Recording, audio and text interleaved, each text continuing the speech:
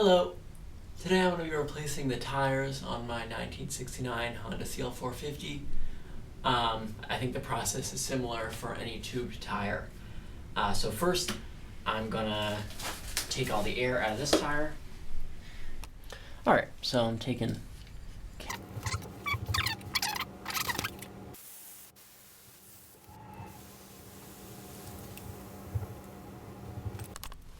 Here, this is just how I'm breaking it. I think that should be adequate.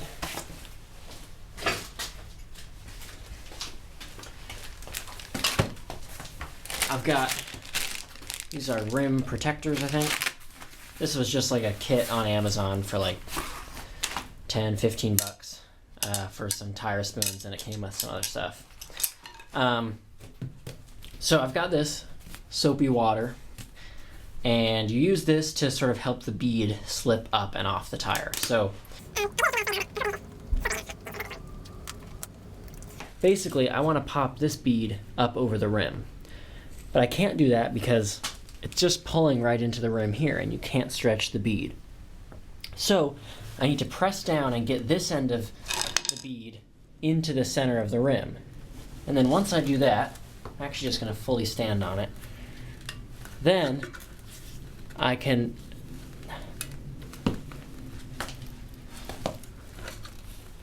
there you are. Oh, I'll make sure you got the right part of the spoon.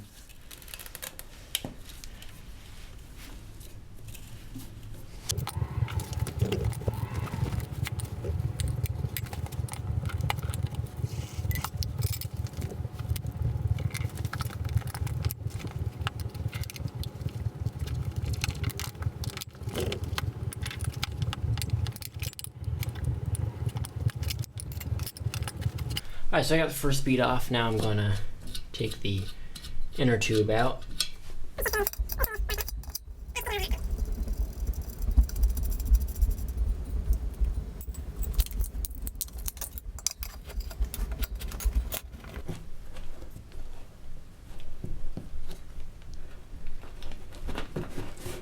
Now, I actually left a little bit of air in the inner tube, just kind of on accident, but I think it's making this job easier because there's a lot more to grip when you reach in there to pull the tube out.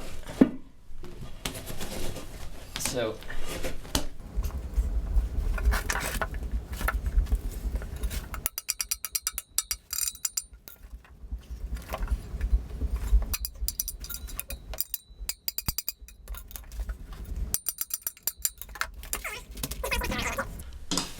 alright, so now I'm gonna get this other bead off.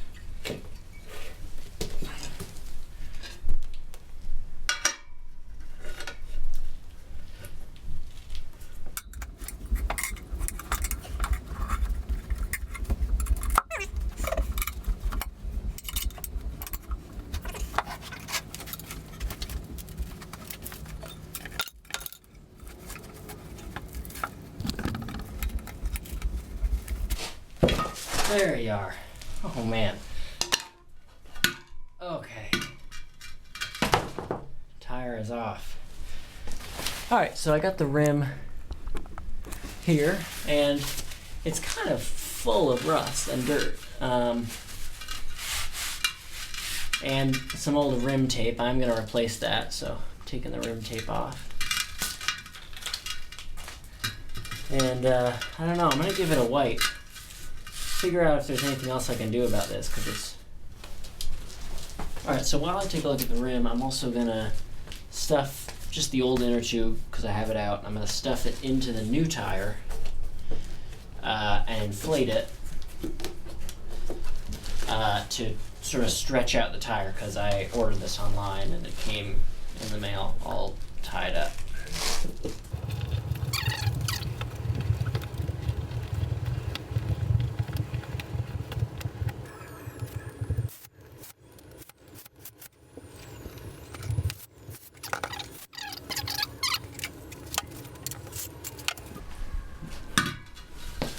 Alright, so now for the rim, I'm still not exactly sure if I'm going to do like a rust preventative coating in here for the future, but I know I am going to wire wheel out all this rust.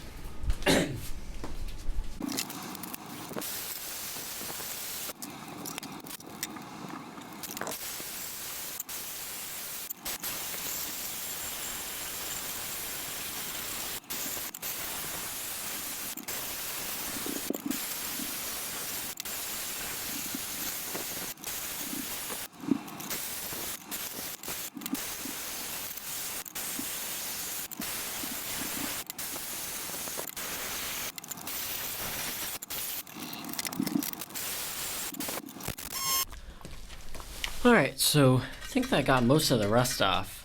Now there's just this kind of leftover corrosion. Just by the way, I wore a mask while I was doing that, and I covered up the bearing. That being said, there are these spots. There are like 3 spots where it's like pretty heavily corroded, and I suppose that's just, that spot was down when the bike was parked, and sort of water accumulated there underneath the rim strip. So what I thought I might do is I just have this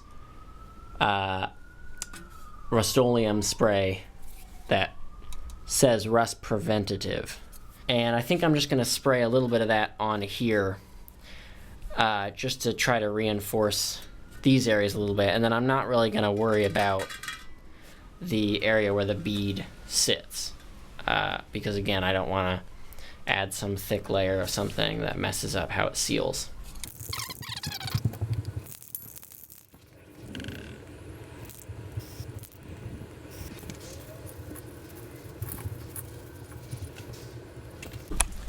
Alright, so it's the next day. I got this rust protective coat dried. I'm gonna throw on the new rim tape.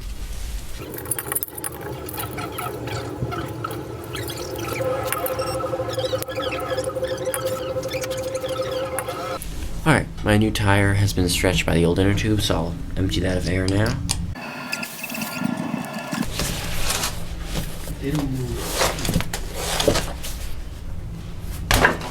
So, the tire has a marking saying it should roll this way. The bike rolls this way, so this is how I'm going to pop on the tire.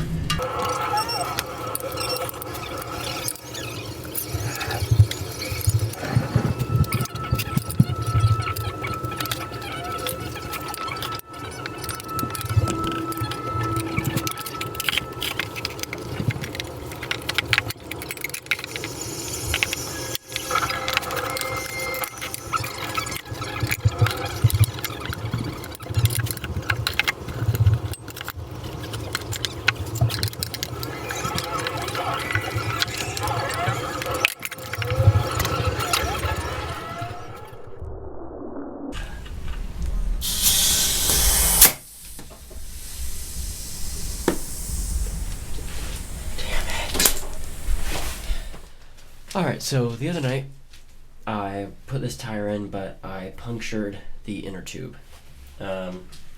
So just on basically the last bite getting the tire on, I popped it, I heard the air hiss out, and I knew right away.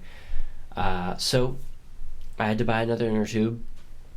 I knew you're supposed to buy 2 because you're probably going to pop one if you've ever changed a tire before, and I only bought one. So here we are a few days later, and I've got another inner tube. So first thing I got to do is pop the tire off. Obviously this time out.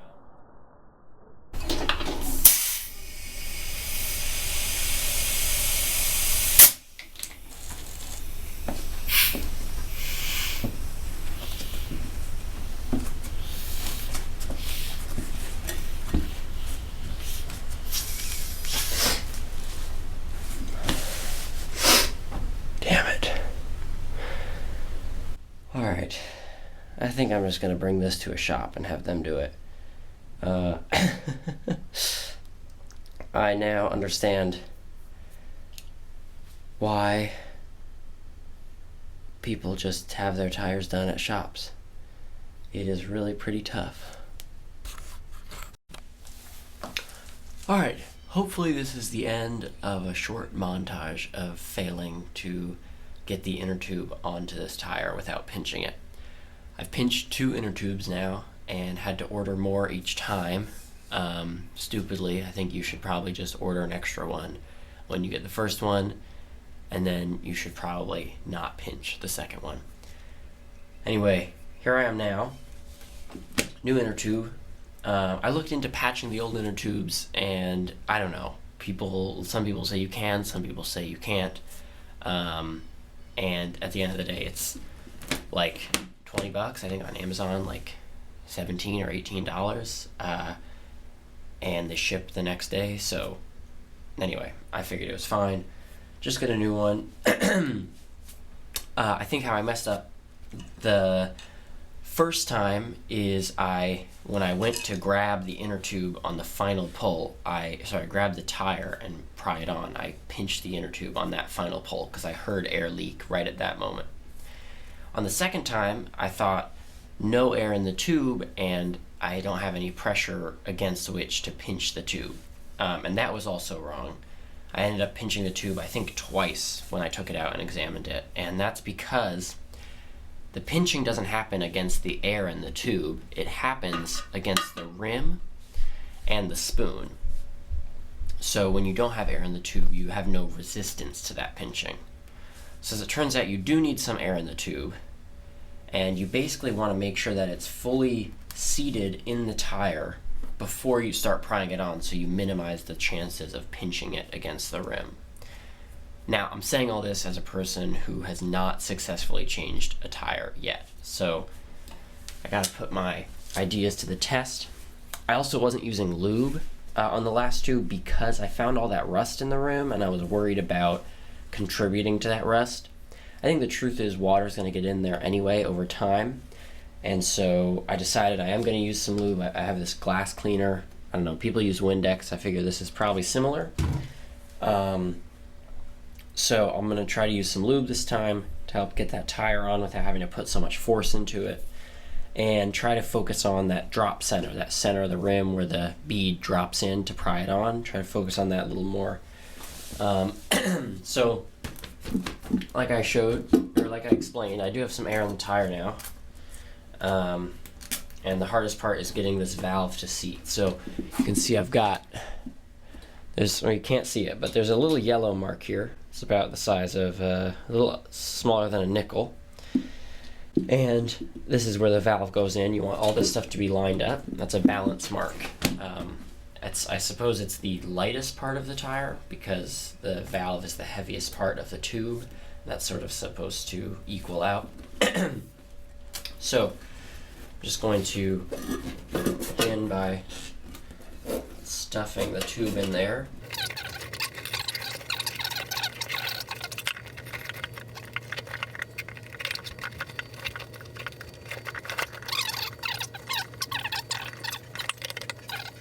And it probably doesn't want to get any further until I get this valve seated.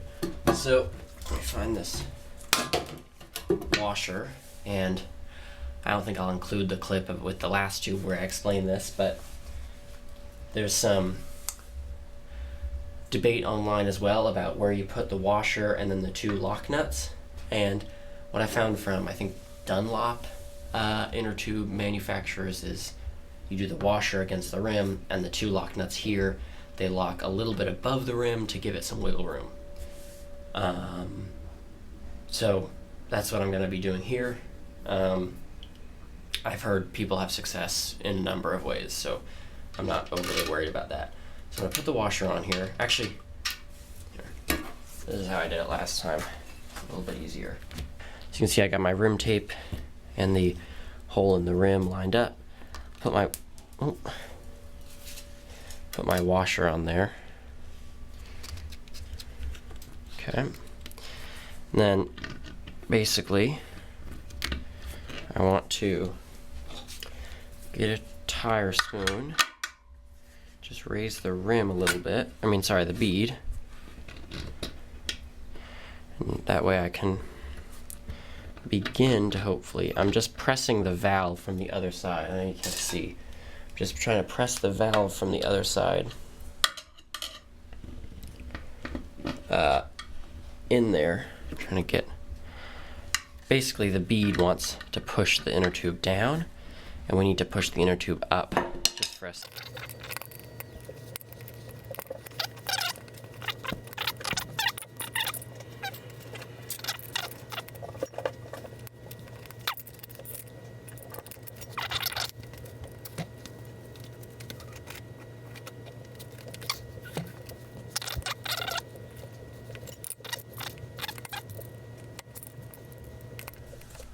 Finally got the valve set in there.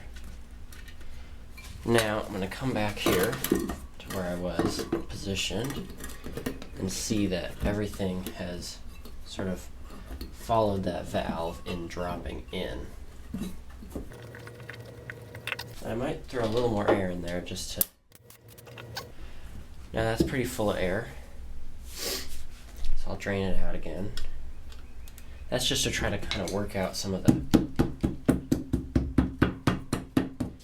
wrinkles.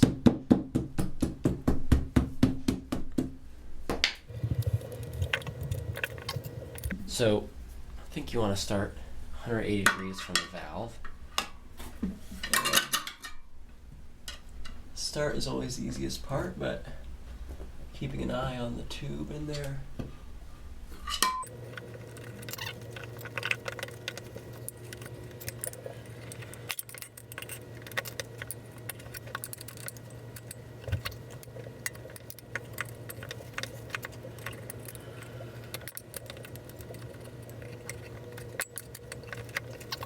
So far, so good. I'm really trying to make sure. I'm actually looking down in there and looking at the rim and trying to make sure that's all that I'm grabbing. And then I'm actually trying to use my hands much more than the lever to press that on. That way, the lever just kind of gets me started, and then the force, I try to kind of slip off the lever and press down with my hands. That way you're doing much less pinching with the iron. I think that's so far proving to be a very helpful technique, is get the lever just on the rim, make sure you can visually see that it's just on the rim, not on the tube. And then you begin to pry. Then about at this point in the pry, you start pushing instead of prying with your hand.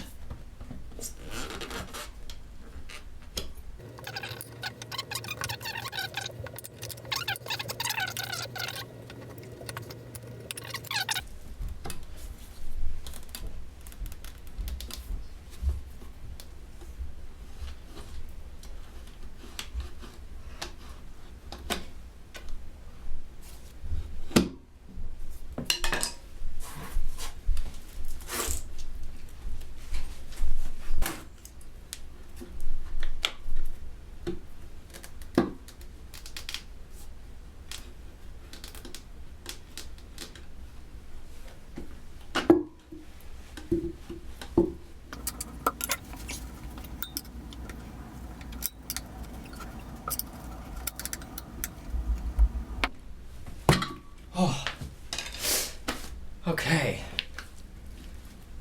Well, I don't hear any hissing. It's very exciting. I think before I put any air in this, just to be extra cautious, I'm gonna just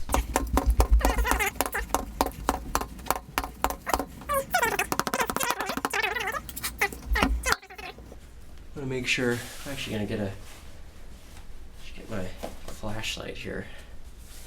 Take a look at.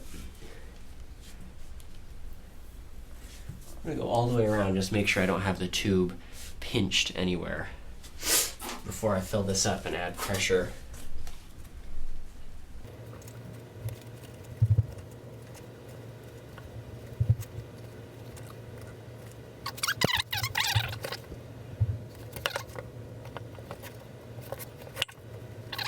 Alright, let me just show you what I'm looking at. So, on most of the bike, or most of the tire, if I press this down, you just see tube in there. You just see rim. Whereas over here, when I press it down,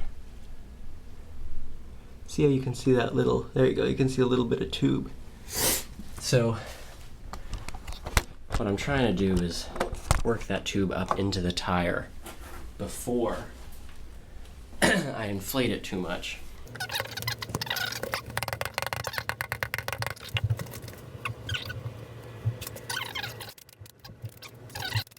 But let me see here. Okay. Well, now I can't see the tube. I'm gonna give it some more thwacks.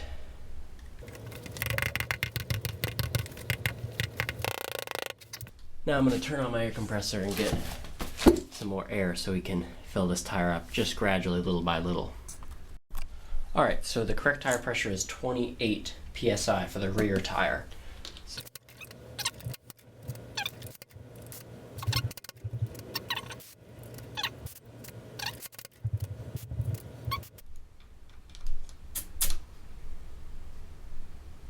Okay, 28 on the dot, and not hearing any leaks. Alright, so now I got the rear wheel on and the chain and sprockets. The final thing is to get that front tire off for the last time so we can change the tire.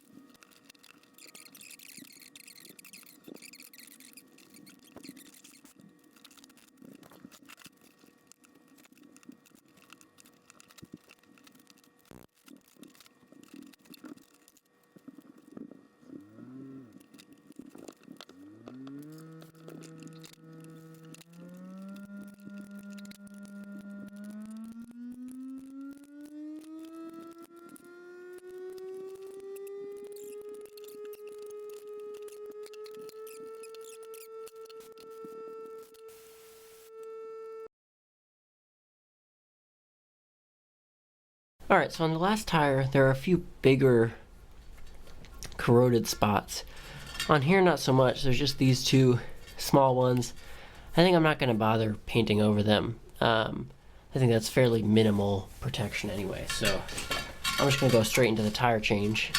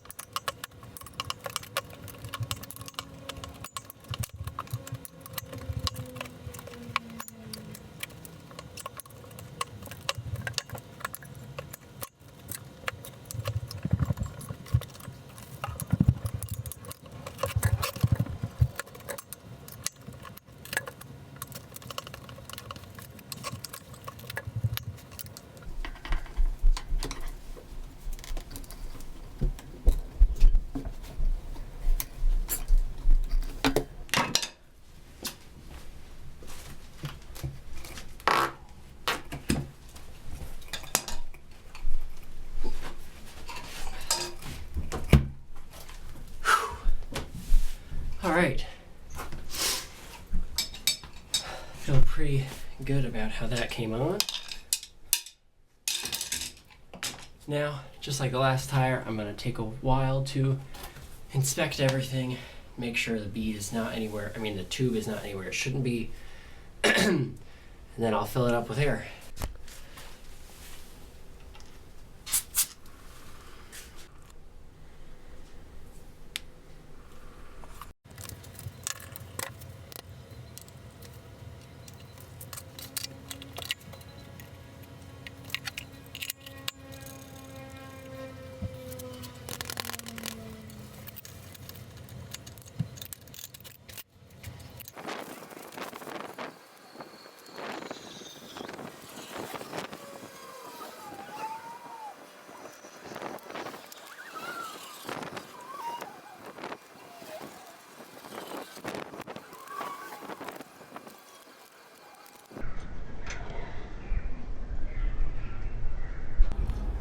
Alright, so I torqued the front axle bolts to 21 foot-pounds.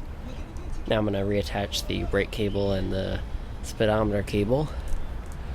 And then I'm good to park the bike again, and I think everything should be done.